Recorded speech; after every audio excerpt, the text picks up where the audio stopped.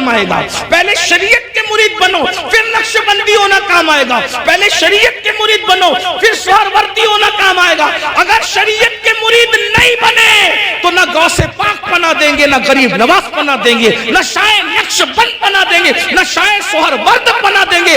لٹکتے رہ جاؤ گے، برباد ہو جاؤ گے. کیونکہ یہ سارے بزرگوں نے شریعت کے لیے ہی اتنی بڑی بڑی قربانیاں دی. اگر غوث پاک گیلان چھوڑ کر بغداد آئے تو صرف تحفظ شریعت کے لیے آئے. یہ غریب نواز اپنا وطن چھوڑ کر، بلکہ مدینہ منورہ کے مدرس تھے غریب نواز، 3 سال مسجد نبوی میں حدیث کا درس دیا.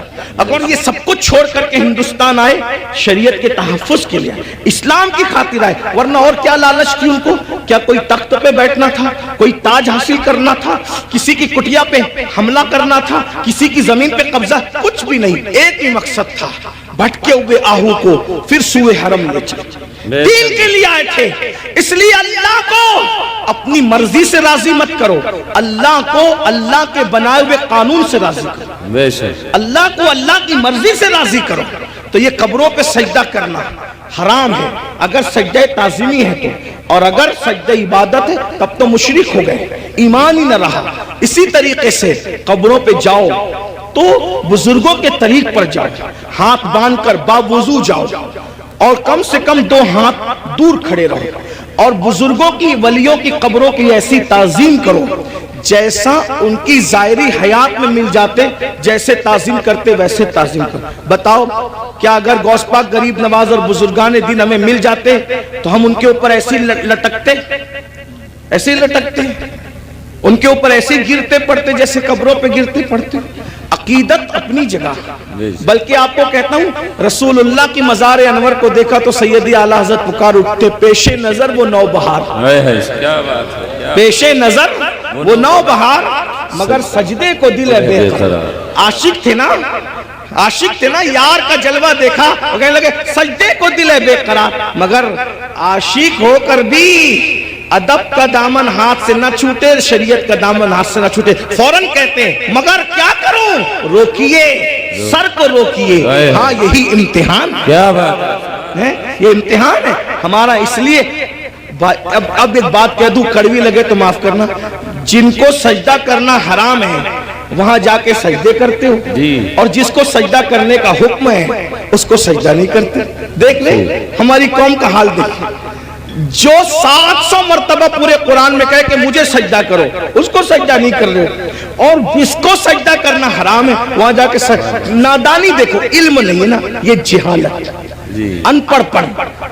یہ علم نہ ہونا ساری گندگی کی جڑ ہے.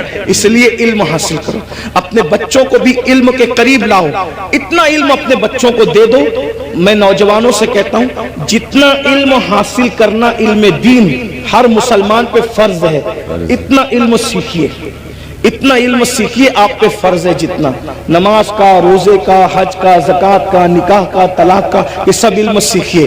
اور ساتھ ہی ساتھ دنیاوی ایجوکیشن طے کیجئے کہ کم سے کم ہمارا ہر بچہ بچی گریجویٹ ہونا چاہیے. اس سے کم ہمیں نہیں پڑھانا ہے، چاہے اس کے لیے ہمیں نوکری کرنا پڑے، 8 گھنٹے کی بجائے 12 گھنٹے محنت کرنا پڑے.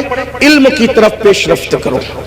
اور یہ صرف جلسوں کی حد تک نہیں، عہد کر کے اٹھو کہ مجھے، ہمارے ماہرہ کے مشائخ نے اعلان کیا آدھی روٹی کھائیں گے، بچوں کو پڑھائیں گے. اگر آدھی روٹی کھانا پڑے تو کھاؤ، اپنے بچوں کو پڑھاؤ. اگر عید پہ کپڑے نہیں بنتے تو نہ بنے، لیکن بچوں کی فیس ہمیں ضرور بھرنا ہے. اچھے سے اچھے اسکول میں ان کا داخلہ کرانا ہے، اچھے سے اچھے اسکول میں ان کو جو ہے وہ ایڈمیشن ان کا کروانا ہے، اور ان کو اعلیٰ تعلیم دلانا ہے. اگر ہندوستان کا مسلمان صرف 1 دہائی 10 سال ایجوکیشن پہ محنت کر لے، 10 سال، ملک کے حالات بدلیں. ایک شخص کہہ رہا تھا کہ ہم اپنی قوم کے ہاتھ میں تلوار دیں گے. میں نے کہا تم جو چاہے کرو، ہم تمہیں کچھ نہیں کہتے، لیکن ہم اپنی قوم کے ہاتھ میں تلوار نہیں دیں گے. ہم مسلمان اپنی قوم کے ہاتھ میں تلوار نہیں دیں گے، ہم اپنی قوم کے ہاتھ میں قلم دیں گے. قلم، جس کو تلوار دینا ہے وہ دے، تم جانو تمہارا کام جانو، لیکن مسلمانوں سے ہم ہر جلسے میں اپیل کرتے ہیں کہ ہم اپنے بچوں کے ہاتھ میں تلوار کیا، ہم تو گلیل بھی دینا نہیں چاہتے آج کی تاریخ میں، ہم قلم دینا چاہتے ہیں۔ یاد رکھنا تلواریں اٹھتی ہے تو گردنیں کٹتی ہے، اور جب قلم اٹھتا ہے تو غربت کٹتی ہے، جب قلم اٹھتا ہے کمزوریاں کٹتی ہے، قلم اٹھتا ہے دشمن زیر ہوتے ہیں، قلم اٹھتا ہے انقلاب آتا ہے۔ میرے نبی قلم اور کتاب لے کر کے آئے تھے، اس لیے کوئی بچہ ان پڑھ نہ رہنے پائے۔ جو کچھ ہوا، اور جو بچے 10ویں 12ویں پڑھ کے ڈراپ آؤٹ ہو گئے، ہٹ گئے، ان سے میں کہتا ہوں آج گھر بیٹھ کر کے بہت سارے کورسز کیے جا سکتے ہیں، اس لیے موبائل میں گیم کھیل کر وقت ضائع کرنے کی بجائے، ادھر ادھر بیٹھ کر اس کے اوٹے پر اس کے نکڑ پہ بیٹھ کر وقت ضائع کرنے کی بجائے، بچیوں سے بھی کہتا ہوں اگر 10ویں 12ویں پڑھ کر کے چھوڑ دیا ہے تو بہت سارے ایسے آج کورسز ہیں کہ گھر پہ بیٹھے بیٹھے آپ تعلیم حاصل کر سکتے ہو۔ لاک ڈاؤن کے اندر میں بھی جو ہے وہ 11ویں پڑھ کے میں نے چھوڑ دیا تھا۔ میرے 11ویں پڑھ کے چھوڑنے کا واقعہ بھی ایک عجیب سا ہے۔ اصل میں سنی دعوت اسلامی کے ماحول میں تھا۔ میں 11ویں میں جب جونیئر کالج میں میرا ایڈمیشن ہوا، ماں باپ کی تمنا تھی کہ اس کو ٹیچر بنائیں گے، تو خاص طور پہ امی کی تمنا تھی اس کو ٹیچر بنائیں۔ میں جیسے کالج جونیئر کالج میں نے قدم رکھا تو دیکھا کہ لڑکے اور لڑکیاں ساتھ پڑھتے ہیں اور بے پردہ ہیں، اور 11ویں پہنچنے کے بعد سب بالغ ہو گئے۔ تو اتنا شعور نہیں تھا مجھے، لیکن اتنا تو تھا کہ لڑکیوں کے ساتھ نہیں بیٹھا جا سکتا بے پردہ۔ تو میں نے ٹیچر سے کہا، کلاس ٹیچر سے، عبدالعزیز سر ہمارے تھے، میں نے کہا کہ لڑکیوں کے ساتھ تو بیٹھنا ناجائز ہے۔ وہ ہنسنے لگے، بولے حیرت ہے اس دور میں ایسی بات کوئی کرتا ہے، تو پاگل تو نہیں ہوا؟ میں نے 1 مہینے تک کے یہ بات کرتا رہا۔ آخر ہمارے پرنسپل نے کہا ایسی بات نہیں۔ میں نے کہا یا تو ڈیوائیڈ کر دیں یا تو پھر ہم چلے، اور میں نے جو ہے وہ پھر اس کے بعد چھوڑ دیا۔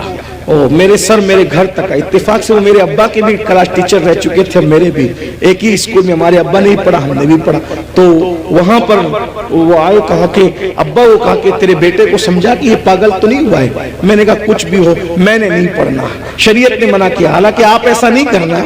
علماء سے آپ پوچھنا، علماء آپ کو بتائیں گے حالات کے تحت معاملات ہوتے، لیکن اس وقت ماحول ایسا تھا ہمارا سنی دعوت اسلامی کا ماحول، تقوی کا، پرہیزگاری کا۔ اب تو ہم متقی نہیں ہیں، وہ پرہیزگاریاں ہی نہیں ہیں، لیکن بہرحال تو وہ ماحول تھا تو ہم نہیں گئے پھر۔ لیکن میرے عزیز ساتھی، میرے بڑے بھائی کی طرح، وہ بھی ایک اسکول کے پرنسپل اور ہماری سنی دعوت اسلامی کے رکن شورا ہیں، قاری رضوان خان صاحب، اس نے کہا کہ پڑھ لے بھائی ورنہ ایسے ہی رہ جائے گا۔ میں نے کہا اگر میں اچھی نیت سے اللہ کی شریعت کے لیے چھوڑ رہا ہوں تو اللہ اس کا صلہ مجھے دے گا، اور اللہ نے مجھے صلہ یہ دیا کہ آج میں ایک English medium school and junior college کا چیئرمین ہوں، الحمدللہ، اور تقریباً 50 ٹیچرز جو ہے وہ اس وقت کم و بیش الحمدللہ جو ہے وہ ہمارے انڈر میں کام کرتے ہیں۔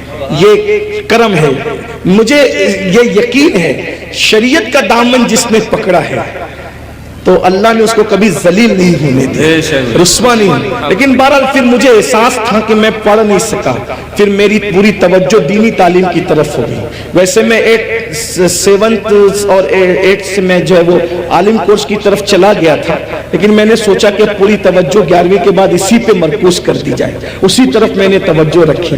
لیکن پھر مجھے احساس تھا کہ میں نے دنیاوی تعلیم کو بھی آگے بڑھا، تو لاک ڈاؤن کا فائدہ اٹھاتے ہوئے پھر میں نے ایم اے کے اندر ایڈمیشن لیا ابھی، ہاں الحمدللہ، ہاں، اور اس کے پہلے ایگزام میں شرکت کا پروگرام تھا اور اس کی تاریخ اور حج کی تاریخ سیم ہو گئی تو نہیں دے سکا، لیکن بہرحال میں نے اس طرف پیش رفت کی، اور انشاءاللہ تو آپ سے